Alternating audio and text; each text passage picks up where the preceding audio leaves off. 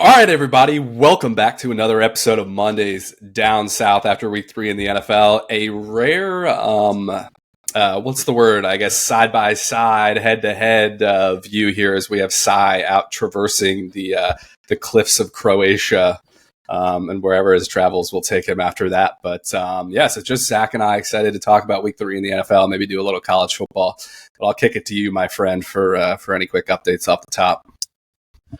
Well, my only update is Cy bounces around from one place to the other in Croatia. I want to remind everybody, this is technically my home country. I've never been there. I do not speak the language, but I have a very Croatian last name, and I am 50% Croatian. So it's just ironic that Cy is bouncing around this country, having a great time when I haven't even been myself. So in all seriousness, I'm really excited. He's been sending us like a bunch of pictures. It's beautiful over there. And Dubrovnik, which is also the shooting of the King's Landing in Game of Thrones. Fun little fact there. And also, he found an outdoor basketball court that's on the cliffside overseeing the entire Mediterranean Sea. It's beautiful stuff. So, Cy, I'm glad you're not on the podcast right now. Although, I do expect more effort next time, man. I mean, really, like, what's more important, the podcast or his Croatian vacation? I just feel like, he really could have prioritized us here. I mean, come on, what is it, like 1 a.m. there? Like, that's reasonable. Like, come on, hop on the podcast. It's reasonable. Like, let's get it together. Come on. Ruin your whole next day because you got no sleep because you were potting with the boys. Like, priorities over here, Ev. Yeah, I'm with you, man. I don't get it, but... Anyways, I think we're going to start with something a little different here, a little college football. I have to say, man, this weekend of football has maybe been one of the best my entire life. Starting off on Saturday, I got to shout out my JMU Dukes for dropping a 70 burger on the Tar Heels. Unbelievable game. I didn't know what to expect because, 2 weeks ago, they almost lost to Gardner Webb and had a bye week in between. So, this had a wide range of outcomes. UNC came out and just played horrible. Their defense was terrible. JMU was super aggressive. Onside kick, blocked punt, 2-point conversions where the kicker's thrown to the long snapper. Just an insane game. But yeah, this team looks legit. This team looks like a team that can get that 12th college football playoff spot. I want to shout out my boy, Alonzo Barnett. Redshirt sophomore quarterback. I call him the Sun Belt Anthony Richardson. This dude is unbelievable dual threat player. He had like 7 touchdowns in this game, 6 or 7 touchdowns. He was unreal. He's a guy that when you're coming around, if he stays through his senior year, do not sleep on him getting potential Heisman looks if he keeps developing because he's still super raw and he's already putting up these kind of numbers. So unbelievable game. Couldn't have been more hyped with that. UNC was horrendous. So, I don't want to take too much credit for their poor play, but great win getting us on track to hopefully make a CFP run. So that's my start on the college football talk, to no surprise to anyone.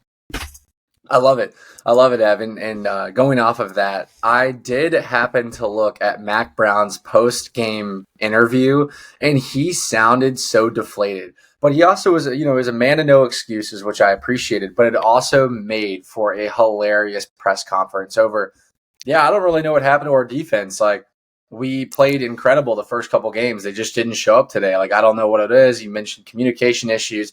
I think they just got kicked in the teeth from an offensive and defensive, and special teams scheme. The special teams was crazy. You guys had like a block punt touchdown or something like that. And you had 53 points at halftime. You guys are averaging over 100 points in the football game against a Power 5 program. And so maybe this actually leads into your qualms with ACC football in general. I don't know which direction you want to take this.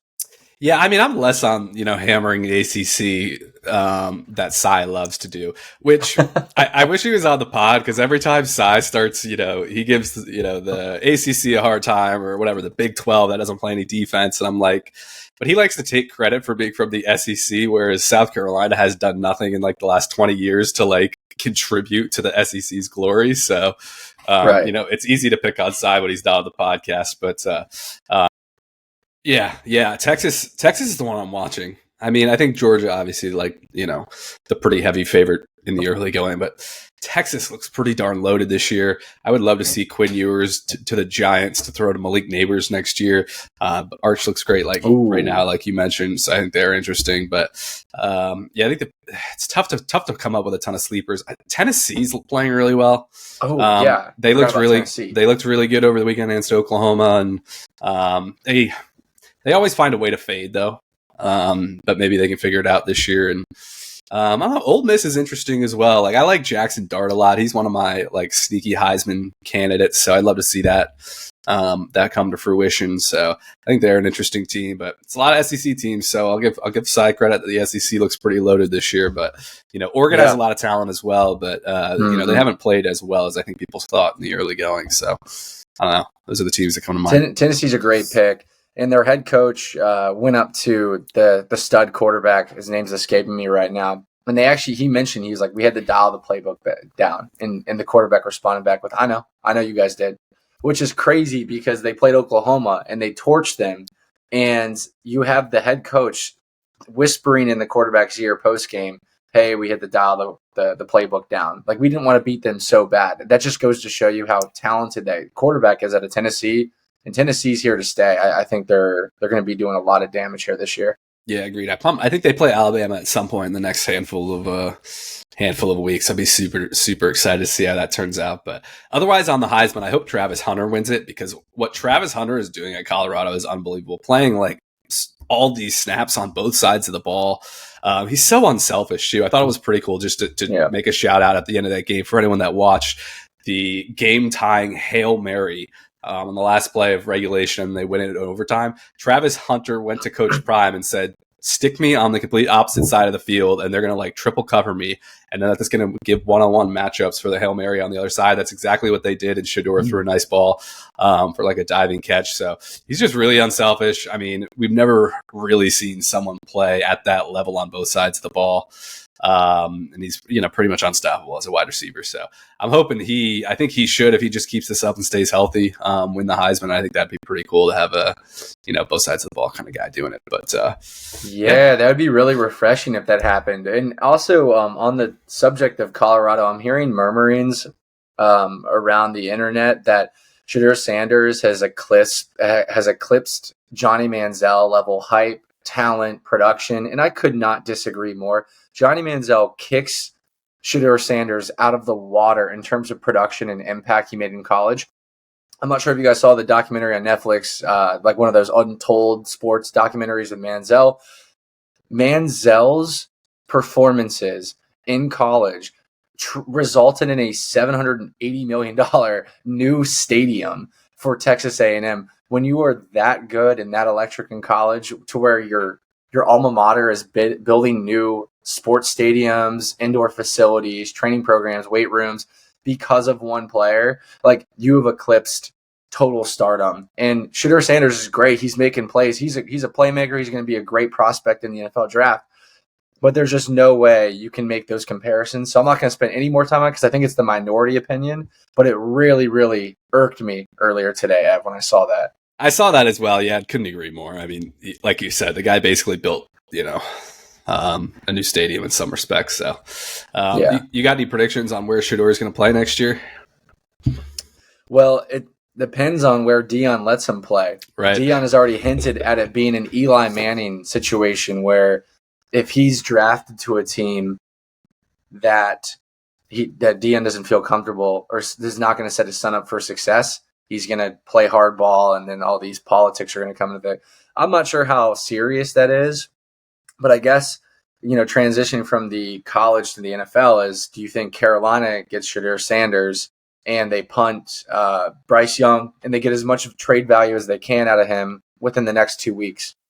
I agree with you. Maybe there's a little bit like it's almost a little overhyped what Prime is saying, but I do not think he would let him go play for the Panthers. I do believe that there are a couple teams that he would be like, nah. I also don't know if the Panthers are like a lock to be that number one pick. Like, I think Tennessee could be in the mix there. My prediction for where he goes is Vegas. I don't think Vegas is going to like have the number one pick, but I think they'll be close enough, and I think that's a place that Prime would be open to him playing at for Antonio Pierce, presuming he's still the coach. Obviously, Las Vegas has a lot that comes with it. So that's my prediction. I think they're going to give up on the Aiden O'Connell. And, I'm not sure what Minshew's contract was, if it was just a 1 year. But I think they're going to give up on that, have Antonio Pierce and Shedeur leading the franchise there for the next several years. So that's my pick. But I don't know. I don't see a ton of spots. Like the Giants, I don't really see that one. That one doesn't feel like a fit. That's why I kind of like yours there. And then I don't like him in Nashville is not a fit either. I don't really know where else an opening would be other than the ones we mentioned. I think Vegas is a great selection, but I also think playing for a player coach like Antonio Pierce is a great role for him, because I'm not sure if you saw last week in the post game with Antonio Pierce, but he mentioned that a couple of players made business decisions. Essentially, they weren't trying very hard. They were trying to protect themselves, preserve them from getting injured, whatever it might be. They didn't add any value to a play that was right in front of them. After doing a little bit of research on this, Ev, I found out who some of the culprits were. It was Davante Adams sitting on the sidelines, looking upset as usual, which is just becoming a recurring theme. But this time it was when the entire team was trotting and running into the tunnel for halftime. He was like sitting there like in disbelief, like he purposely wanted to be on ISO Island over there on the bench. Another player on the defensive front, Jack Jones. A lot of Patriots fans have told me that they're not surprised by this. He used to do this in New England all the time.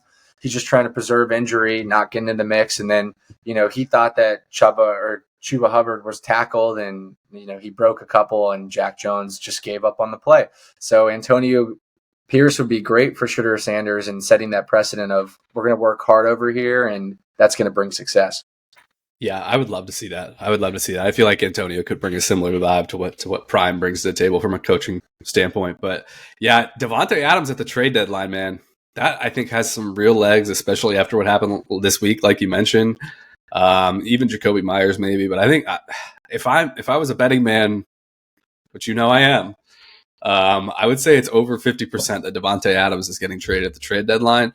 Pittsburgh, since they missed out on Ayuk, I think could be interesting to give Justin Fields another weapon, who looks amazing, by the way. Washington said they're in that market. I don't think they would go to that level. I don't think they need to. But there's going to be quite a few teams in that market. I think Pittsburgh makes the most sense. But yeah, look out for that one, man. Look out for that one. That would be a huge move at the deadline for a contender. I love that move, that potential move, because George Pickens is good, but I don't think he's elite, right? And the Pittsburgh Steelers are 3-0. They're crushing it. And I think they now recognize the potential ahead of them with Fields. You got to give them another weapon, especially as you prepare for AFC playoffs. I mean, playing like the Chiefs or the Ravens, in their pristine form, you're going to need a big-time target for Fields. So I love that. I thought you were just going to say like the Jets or something like that, which is the most common opinion across the internet, but I love that one.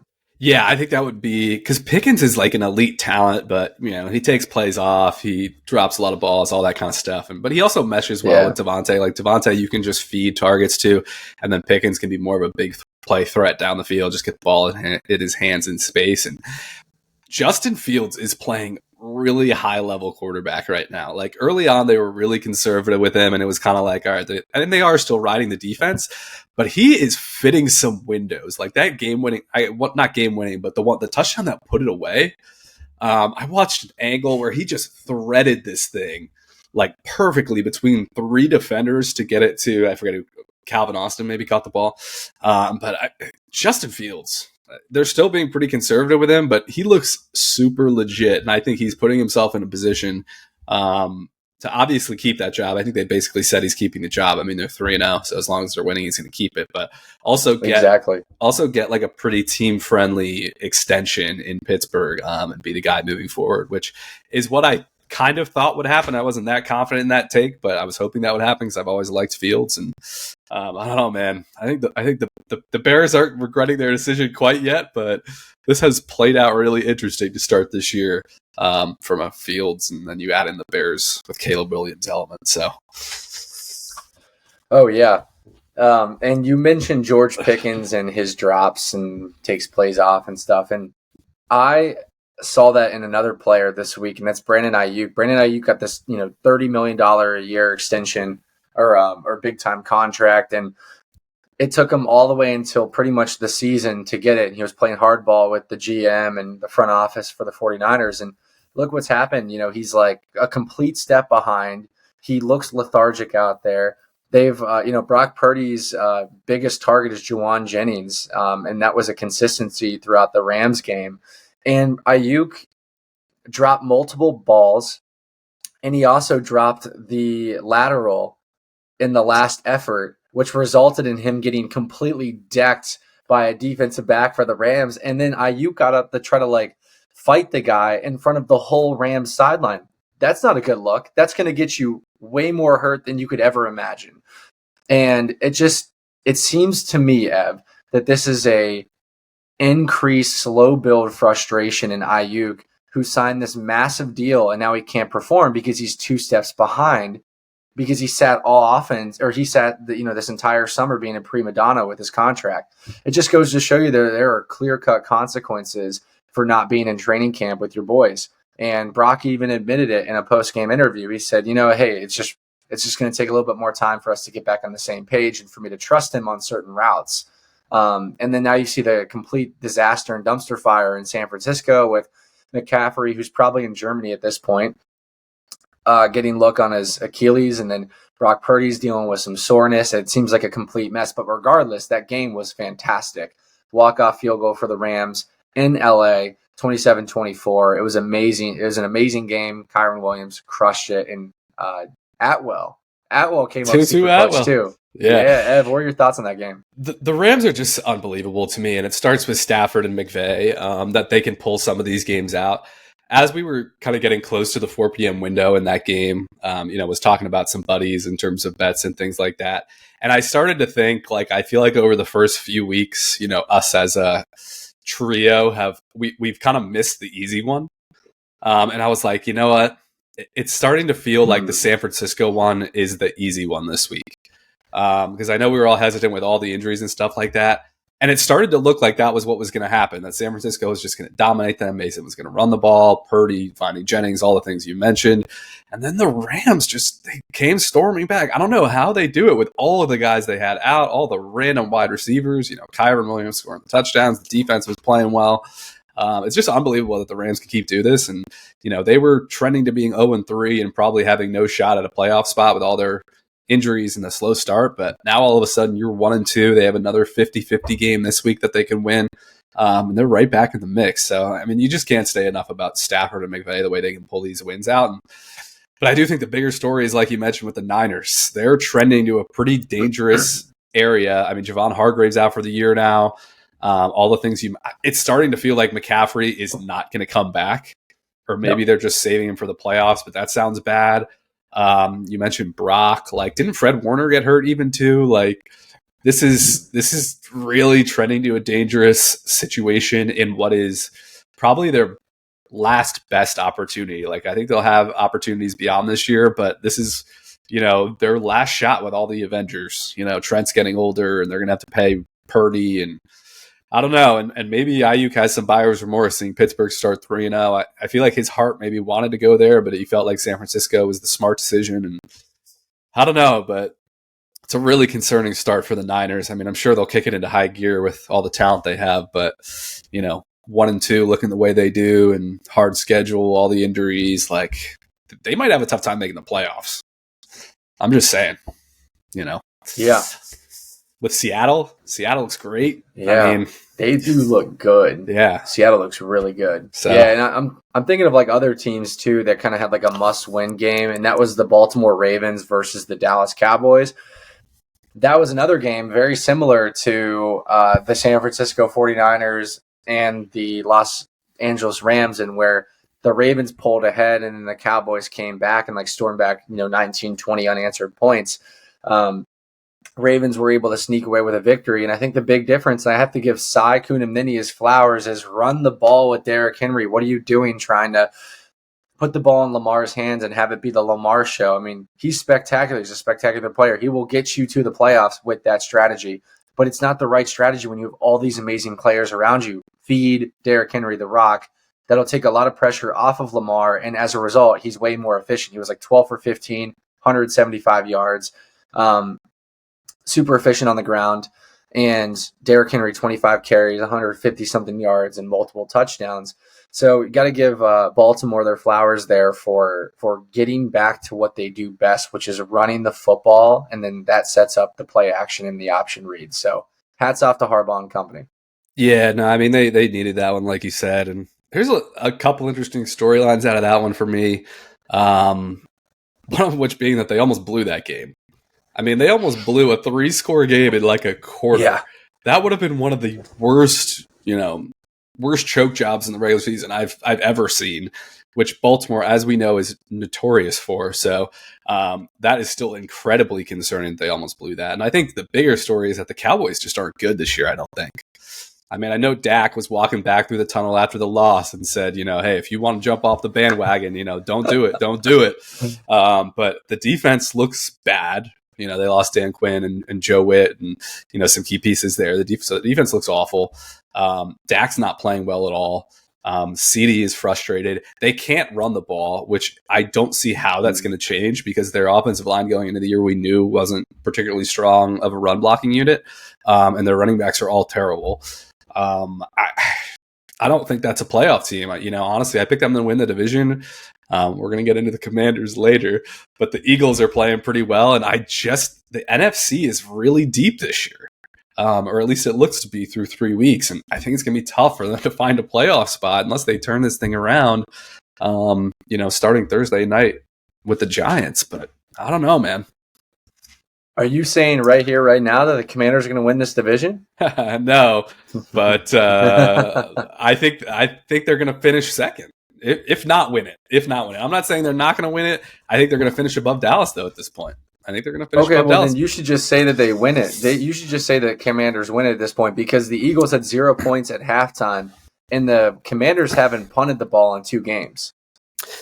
Yeah, no, honestly, I guess we can jump into the Commanders here because I have a lot to say after last night's game. But yeah, let's do it. I do regret actually not picking the Commanders to start the season because I knew I wasn't going to pick the Eagles, because of how I feel about them, which I still kind of feel that way about them. I think they're kind of a meh team.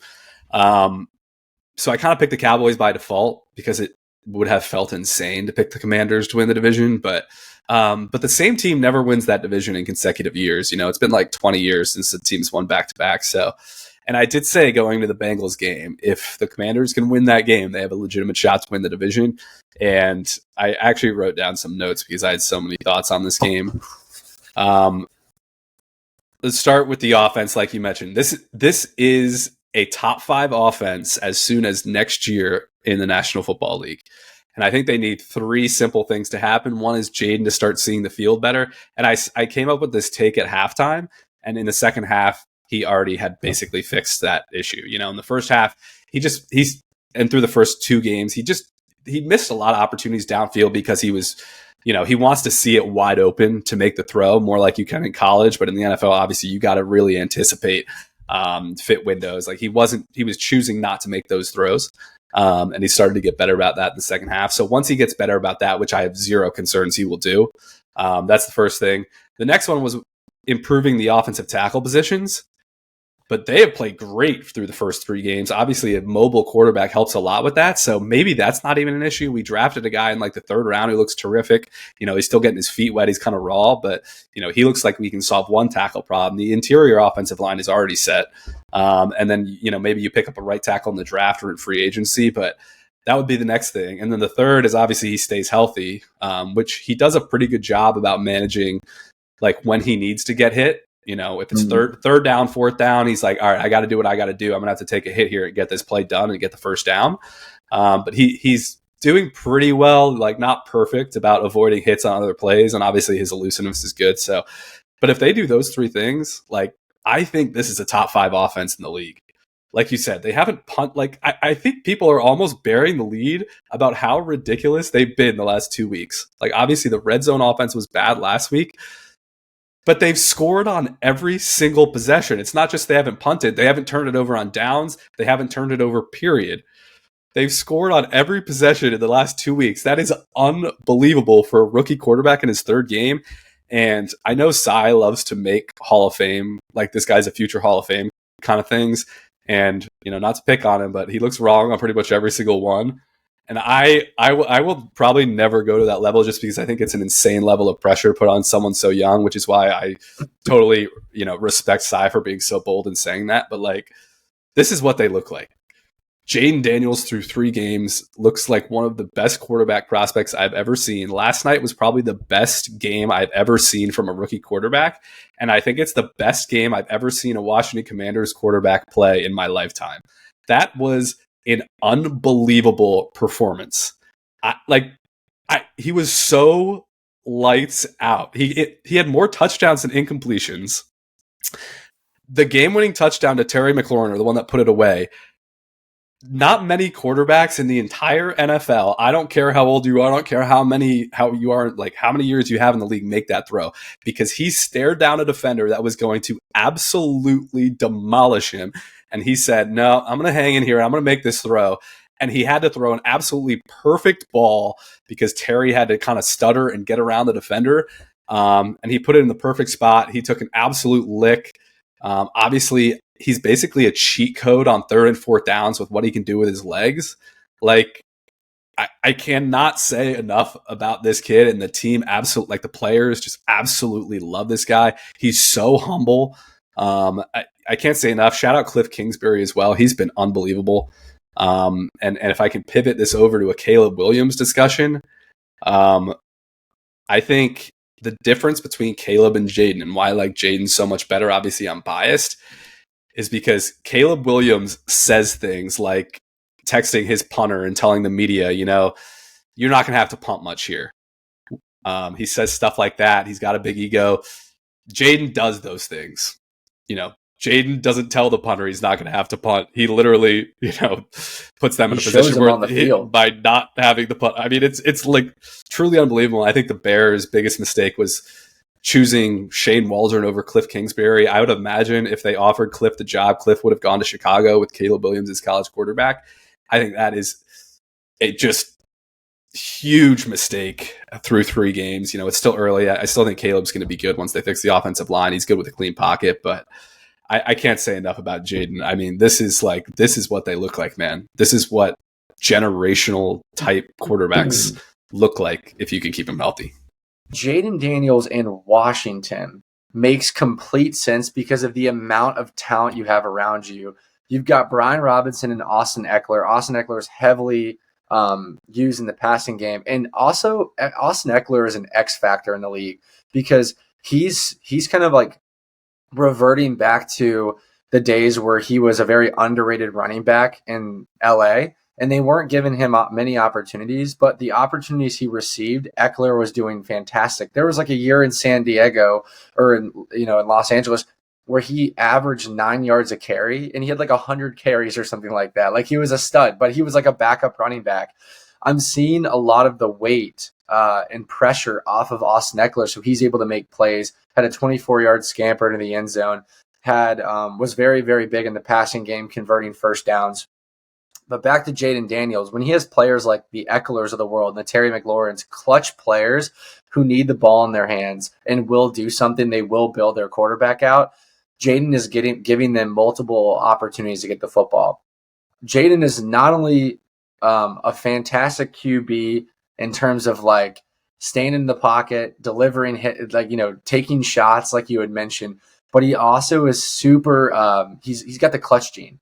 He converted on multiple fourth downs that were very, very crucial in that game. When you saw Cincinnati climb their way back, it's a game late at night in Cincinnati. It's a tough place to play. T. Higgins is back. Jamar Chase is trying to get his game. You're going against one of the greats in Joe Burrow. That team is never going to be fully out of it, right? So as Cincinnati started to climb their way back, Washington put on yet another response drive just to take the air out of the room and in the ceiling. And that was one of my favorite parts that I saw from Jaden Daniels. Not the fact that he was 21 for 23, which is so impressive. More touchdowns that he had in completions. But it's also the clutch gene factor where you could even see him before the play. Like, there's no nervousness in him. He's like, let's go, let's get this going. He's motioning to the sideline. We're not punting. Let's go. Keep me out here. That is a player that will absolutely get the buy-in from his team. So hats off to Washington. They dropped 38 points against Cincinnati. And I don't hear Cam Britt talking anymore about, how they're ready for him, and Jaden Daniels is playing some rudimentary offense, and he sees, the college scheme. Jaden's about to open it up and blow the roof off. Yeah, I think they need to block. Like, it's so ironic to me that after 3 games, now everyone's talking about how Washington was a way better situation, whereas going into the season it was the opposite. But the Bears' offensive line's been horrible. They can't run the ball. Again, I hate their OC, but yeah, I mean, if they give him a clean pocket, he's an elite passer in the league. So if they can fix that, I think he'll be good. But just quickly, I'm so glad you mentioned Terry McLaurin, because I wanted to mention him in my monologue, if you will, as well. He is so crucial of a piece to this, not just because of what he does on the field, but he's so the opposite of like every other star receiver in the league, in that he's so like humble and he's so patient. And through the first 2 games where he was hardly getting the ball, Jaden was kind of missing him on those deep shots. Like, he didn't say a word. He didn't complain at all. And then he had his moment this week, and I think that'll continue. So he's such a crucial piece to Jaden's development, someone that's not going to sit there and complain, not going to say he needs the ball. He's just going to be there to help his young quarterback. So, but yeah, interested to see where the Bears go. I mean, they need to figure it out quickly here if they want to have a shot at the playoffs. But I just hate their OC so much, man. That like speed option on 4th and goal from the 1 or whatever, and then just the entire offensive line gets pancakes. Like, I mean, what are we doing, man? Like, come on. On the left side of the hash too, so you have no real estate. You're not running with too much room over here, so we got decimated. Yeah. Speaking of bad calls, should we pivot to the Falcons here a little bit? I'm curious to get your take on a really good Sunday night football game. Good performance from both teams, I thought. But curious to see what you thought about that game. Yeah, a couple of my Falcons fans, they told me, because I was watching the game with a couple of Falcons fans, and they mentioned, oh, well, the Chiefs get away with every call. And I'm actually not going to go there, surprisingly. I might have a minority opinion. I thought that it could have been pass interference, but I don't hate that it wasn't called. I really don't. Because this is a reflection on the Falcons also being the product of like a hype team. They're kind of like the Chicago Bears in a way, where a lot of people have been talking about them in the offseason. They're able to show like the highlighted and talented players, right? Like the Drake Londons, the Kyle Pitts of the world, the Bijan Robinsons, and some of them have played really well. But I think that when it's not, there's no like cohesiveness, and we can't consistently score more than like 24 points. We're probably not going to win these games. Ironically enough, with the Atlanta Falcons, the defense has played way better than the offense.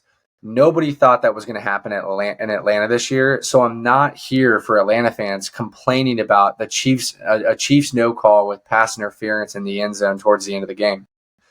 Those things are always going to happen. And by the way, the Chiefs were flagged way more than the Falcons were that entire game. So, you got to figure out a way to get the ball in the end zone, all right? If it's not that play, then why did we run an outside stretch run on 4th and short? Like, that's an offensive coordinator problem. Kirk also is starting to play a lot more comfortable, which is good. So I think there's a lot of promise with the Atlanta Falcons, but the Chiefs didn't win this game. The Falcons lost it. That's my hot take, Ev. Yeah, this is a tricky game. I'm starting to get a little bit concerned about like the long-term trajectory of the Falcons. Like, I just worry that like the superstars on offense outside of Kirk, who's not going to be there that long, like I'm just worried that they're not like super winning players. So like Bijan Robinson, for example, for me, like he is unbelievable between the 20 or between the 20s. Like, but you can't run him in short yardage, which is exactly why you guys ran that stretch run, because you can't just hand it to him and run it up the middle. It's not going to work. He's just not a physical runner.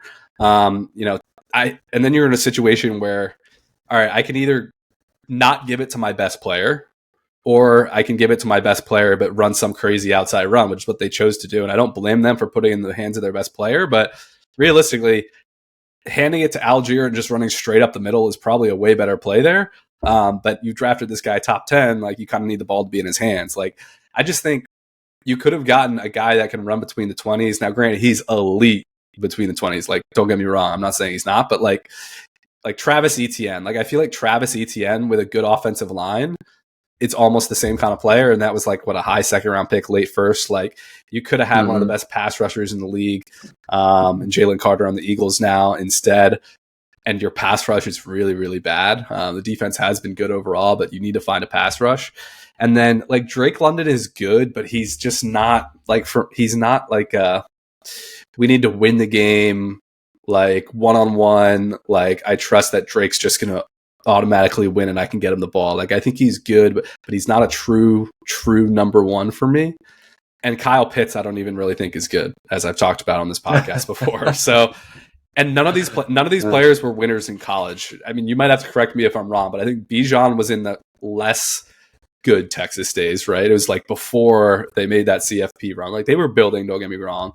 Drake was at USC. I don't really think they were ever really all that good while he was there. And then Pitts was at Florida. They obviously, Florida's been awful for the last long time. So I do kind of tend to look at those things sometimes. And now obviously Kirk Cousins has developed into quite a winner, despite what he was earlier in his career. So I think he can teach them a lot of things. And I do like Penix a lot. So I still think they have a good future. And I like the team. I think they could be, they still have some work to do, but I am a little bit concerned about some of those things, and some of the huge star players. But overall, I still think it's a positive narrative for the Falcons moving forward. The quick next game I want to mention here is the Colts at the Bears. This was just a display of awful quarterback play. I'm curious to what you think. I know you're not the biggest AR5. Shout out the comments for reminding us they're pointing out that he changed his number this year. But so I want to get your view on what you've seen from him through 3 games of this season. Well, I haven't seen much, more like AR 0-5 if it weren't for Jonathan Taylor bailing him out last game, which is an incredible performance. But in terms of Anthony Richardson, I'm greatly distressed, Evan. And I look at his stats, 10 for 20, 160 yards, and 2 interceptions. But those 2 interceptions don't even factor in the severity of the bad quarterback play, where they had driven all the way down the field, and then he threw like a haphazard pass rolling out to the left across his body. There was no receiver that was close to it. Turnover after a 70-yard drive. You can't be doing that if you're an NFL quarterback that you want to continue playing in this league. You got guys like Jaden Daniels who are throwing 21 for 23 and throwing more touchdowns than they are having incompletions. All right, like the rookie quarterback talk and that grace period is over. AR5, you got to step up and be a better quarterback. Even in the throws where he did not throw an interception, he was like skying balls over defenders' heads. I'm not sure if you saw like this weird jump pass he had in the pocket where he completely overthrew Michael Pittman, which would have been a huge 3rd and 15 conversion. So he's got to really settle down in the pocket and actually trust his mechanics, because it doesn't seem like he has any. I hate to be critical of size QB1, but he's actually a detriment to the team right now, and people don't realize it. Yeah, I like kind of like what you just said. Like, I want to be in on him, and he's like, and we have Cy on every week. I know Cy loves him, so Cy does like get me to drink the Kool-Aid a little bit, and he makes such unbelievable plays. But he looks like, I mean, he's in like Bryce Young territory of horrible quarterback play. Like, he really, like, if you look at the numbers, he is like, his accuracy is just an abomination, awful to other quarterbacks in the league. I think at this point, they have to like run him like 15. Like, I saw he only got 8 carries. This game, I'm not sure what it looked like the last few games. Like, they're gonna have to just run him like 15 times a game for this offense to be successful. And I also just like their mix of wide receiver weapons. Like Michael Pittman and Josh Downs, I think are good players, but they're like short yardage, high completion, like underneath guys. And I feel like your only hope of being successful with AR is big plays, right? So it's like that's why you've seen like Alec Pierce be their top target for the most part of this year. And I like Adonai Mitchell from a big play standpoint as well. So I think he's a really good fit there. But it just is, yeah. And the thing about AR is he wasn't good in college. So like I respect the talent, but I think one of the most overrated skill sets that scouts have in the NFL is just pure arm strength. I think it's arguably the least important thing for a quarterback. I think you need a bare minimum level of arm strength to be successful. But like elite arm strength, I think is incredibly overrated. And like the guy wasn't good in college. Why did we think he was going to be good in the NFL? I'm not giving up on him. Him and Caleb are both like younger than Jaden Daniels, for example, and they're both very young and they, a lot of development to come. So I'm by no means out on either of them, but he looks bad, man. He looks atrocious. Bad. And I agree that they would be a better football team with Joe Flacco at quarterback. I don't even think it'd be close.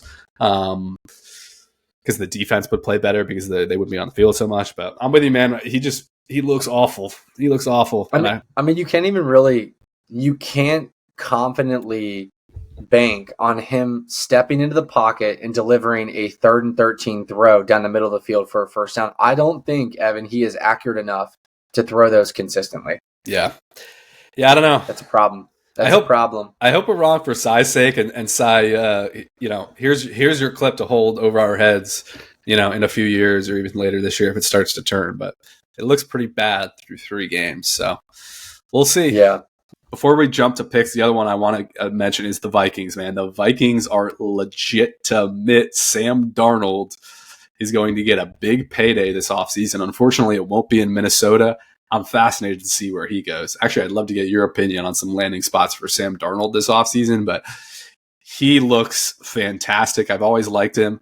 And did you know that I think he's only a year older than Joe Burrow and guys like that? He's only 27. The Vikings with Brian Flores is brilliant defensive schemes, dominating one of the better teams in the league in the Texans. Tough place to play at home.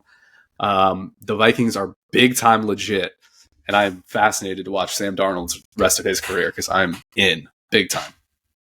Yeah, so I have an opposite viewpoint. I looked up beforehand what is the active over-under win count for the Minnesota Vikings. It's now 10.5. If people listen to me and want to make some cash, although don't come to me if it doesn't happen. Minus 132 FanDuel odds that the Minnesota Vikings win less than 10.5 games stamp. This is a fun little temporary Cinderella story, but Brian Flores is really the hero here because they've only given up 33 points this season. I think that Sam Darnold will deviate back to the mean. I don't think he's extraordinary. He's playing great right now because he's playing free for the first time, but I don't think that this is going to be some longevity superstardom. I think he's going to start making mistakes, and as smart as Kevin O'Connell's schemes are, I just do not see the Minnesota Vikings carrying the torch. If you look at their next 4 opponents, they start to get some divisional matchups, Packers, Lions. I think these teams are a head and shoulders better than the Minnesota Vikings, and I think you're going to start to see the wheels of the bus fall off here shortly, Ev. Hard disagree on this one. They blew out the 49ers and Texans. Now, what I'll grant you is I want to see them play that well on the road as well, which like you mentioned, they're going to Lambeau this week. So, obviously they have one of the bigger home field advantages in the sport, and, they can play way better on turf. So I'm curious to see what it looks like in a tough environment on grass this week. But I am big time in. Hopefully Sam Darnold's okay. He left the game briefly, but it seems like he's good to go for this week. But I'm in, and I'm going to throw out 2 teams as possible destinations. A return to the New York Jets. I don't think he would ever do that. But I think if Aaron Rodgers leaves, I think the Jets will want to install not a rookie. Plus, they're going to be too good to get a high draft pick. So if Aaron Rodgers retires, they're going to be in the free agent market. And Sam Darnold is going to be one of the best free agent quarterbacks we've seen in a while, in my opinion. And I think that could be fascinating. But my top spot is going to be if Matthew Stafford retires, Sam Darnold going back to the Rams, where he was very briefly, and they talked so highly of him. It was one of the teams that started to turn his career around. I would love to see him replace Matthew Stafford, although I think Matthew Stafford has more than a year left in him, so that complicates things. But I'm in on this, man. It looks like we're in a little disagreement, so let's see how that one plays out. See how it plays out. Anything we missed before we jump into picks? I think we. No, let's do it, man. We're ready to rock and roll here. Yeah, maybe the Bills. The Bills are unbelievable, and the Dolphins. I did want to talk about the Dolphins just really quickly. I think Tua's injury is going to be a scapegoat for Miami. That they've built a completely awful roster. All they have is these unbelievable skill positions, but their offensive line is terrible. Their defensive's terrible. They paid all this money to Jalen Ramsey, who's awful. And I think Tua's injury is going to hide from the fact that this is just a poorly built football team. That's, is going to be maybe in contention for the number one pick if Tua doesn't come back. But I don't know if you have anything on that. I know we got to get to picks, but I did want to. No, I agree. I agree. All right. You want to drive or should I? You got it this time. All right.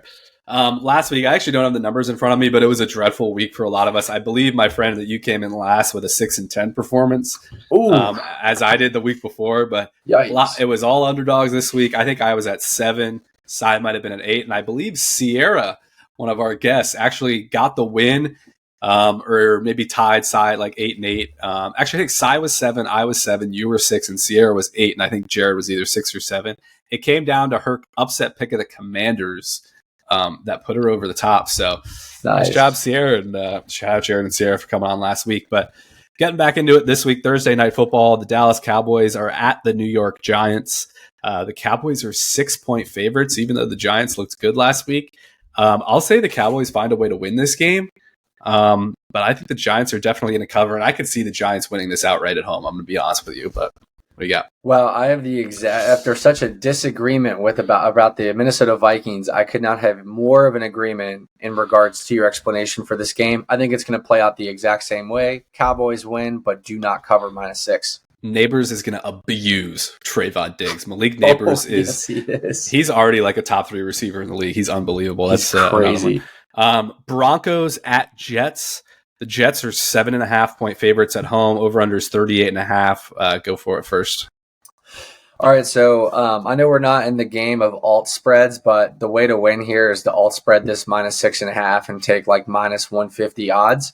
I think the Jets are playing really good football. I think they're going to play better football, and I don't think the Broncos are really that good. So at home, assuming the weather is nice and fine, Aaron Rodgers and company are going to abuse the Denver Broncos. Give me -7.5. Couldn't agree more. I think the Jets are really going to start kicking into high gear. I want to see more from Garrett Wilson. Obviously, Christian Gonzalez last week, that's really tough. But I want to see that connection develop a little better than we've seen so far. But I'm actually comfortable with the 7.5, though. I don't need to alt it. Vikings at Packers, one of the games we mentioned, is really interesting. Green Bay is actually a 2.5-point favorite at home. I suspect that means Jordan Love will be back. Malik Willis, though, did play well. Again, I mentioned Sam Darnold. He should be good to go. I'm going to say that Green Bay does win this one at home, and that both of these teams get to 3-1. I'm going to say no cover, even though it's just 2.5, because I love the Vikings. I could definitely see them winning, but I'll take Green Bay, but no cover, just because I'm not confident in the outright. Yeah, this is where we're going to disagree. Well, we're not going to actually disagree on the winner. I have Green Bay winning as well, but I have them covering handedly. And the reason, Evan, is because Sam Darnold does not play well from behind. Sam Darnold is looking great because the team's up. So now they can really sell the play action pass and all these things. But Green Bay takes a solid lead to start the game. Darnold's going to really struggle. It's going to be exposed on Sunday. Give me Green Bay -2.5. I like that observation, actually. Big game here. Saints at Falcons. Atlanta's a -1.5-point favorite at home. Over-under is 42.5. I have these two teams as dead even. This is my absolute toss-up of the week. I have no idea what's going to happen. I will take Atlanta to win, and given they have it at 1.5, I'll say they cover. Yeah, same with me. Atlanta wins and covers. I think they finally figure it out offensively. Yep. Next game, Eagles at Bucks. The Eagles are actually a 2.5-point favorite on the road, a rematch of the playoff game last year where the Bucs steamrolled them. Over-under is 44.5. I'll start with you. The first off, I think under 44.5 is the way to go. But I'm not sure if A.J. Brown's back or not. That may be pretty crucial. But give me the Eagles to win this game. Like I mentioned from the start of the season, the Buccaneers are not that good. Baker Mayfield is overhyped.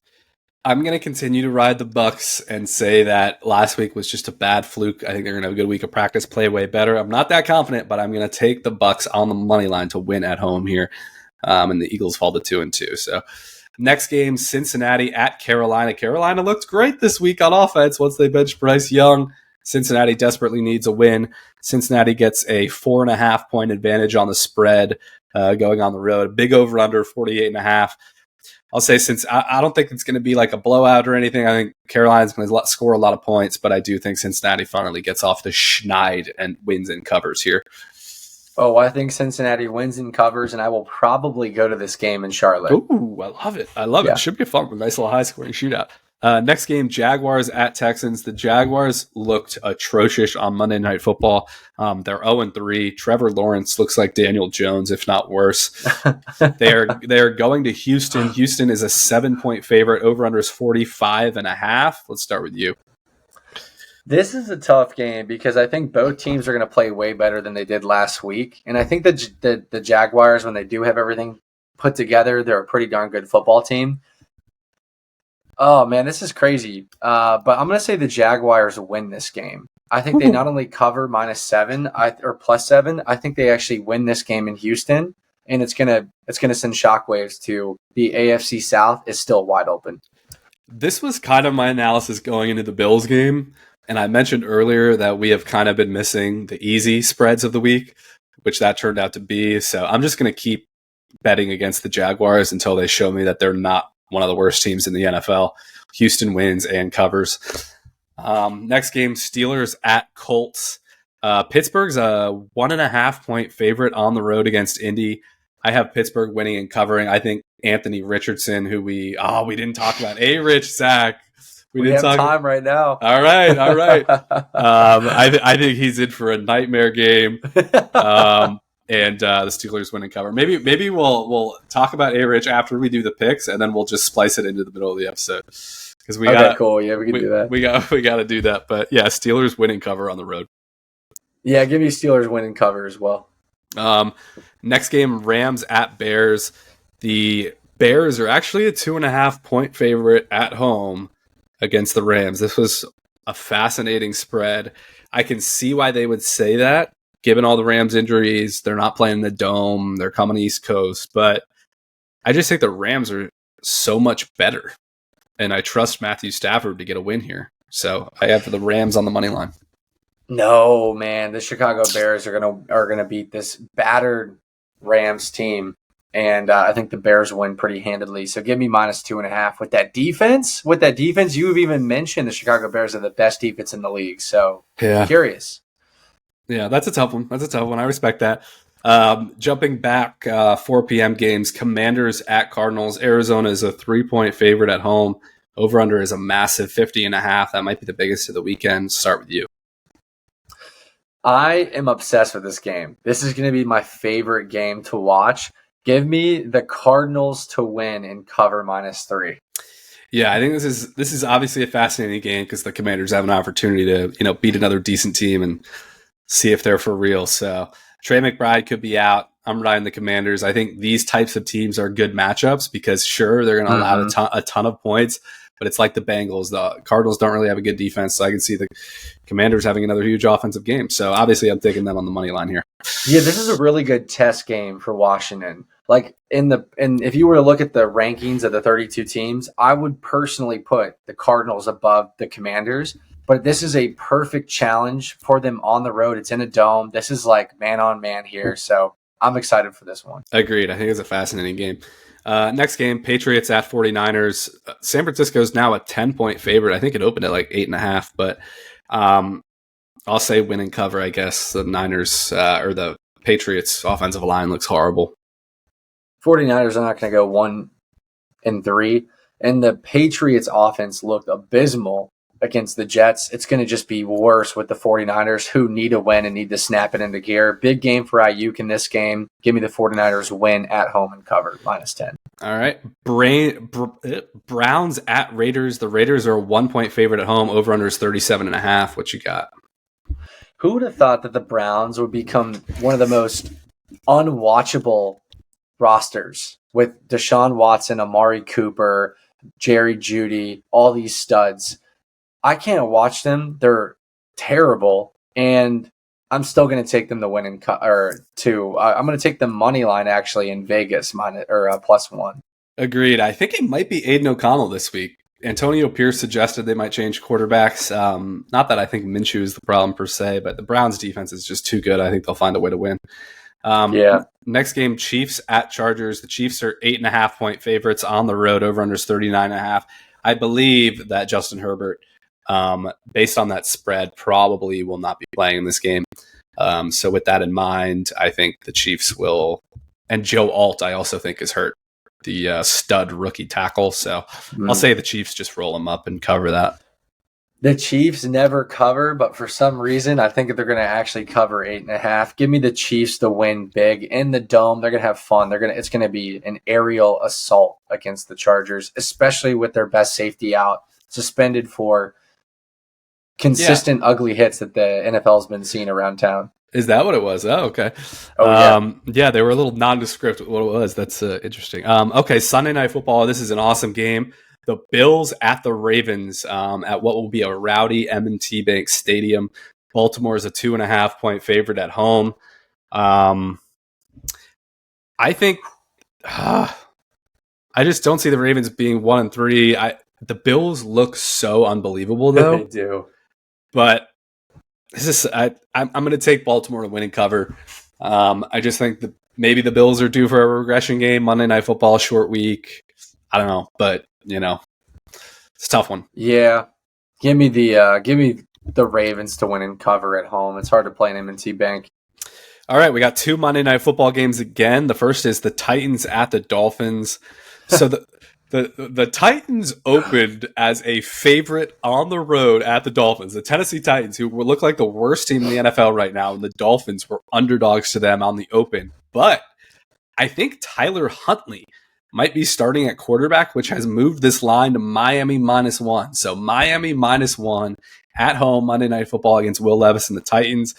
I say if Tyler Huntley's playing quarterback, I am backing Snoop. I like Tyler Huntley to be able to win football games. So give me Miami, but yeah, I don't know.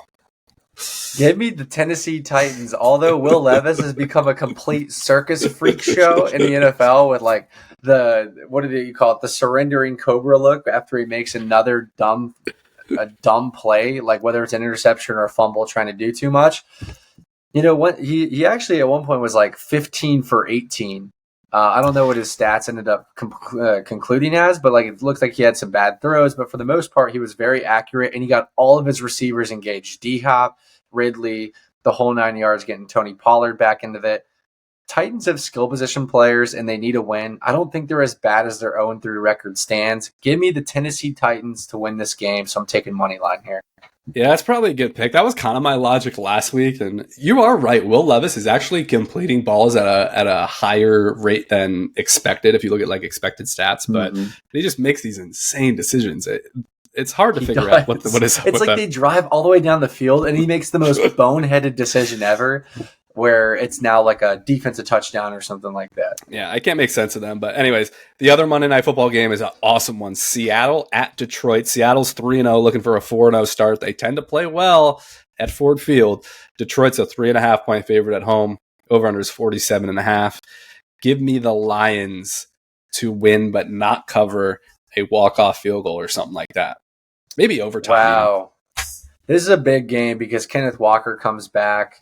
Adds fuel to the fire for that Seattle offense. I love the over more than I love the spread, but with the over 47.5. Give me Detroit to win and cover, though. I love Detroit. I think they play great at home, and I don't think the Seattle Seahawks are good enough to be 4-0. Yeah, I agree. My logic as well. Alrighty, my friend. Any last words? A lot of fun. Missing Cy, of course, but we'll see if he's back next week. I think he's still traveling, but I think he doesn't want to miss 2 in a row. So we'll see. What you got?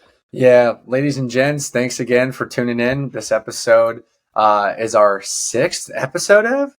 Maybe. Is it our 5th or 6th? 5 or 6. I can't remember. But man, like we're like a well-oiled machine this year. So hey, if you guys want to join the show, just let us know. We'd love to get you on. We love the comments we've been receiving. We're trying to respond to them, especially in our YouTube short videos. Let us know if you agree, disagree with the take. And that was another amazing episode of Mondays Down South. We'll catch you guys on the next one. See y'all.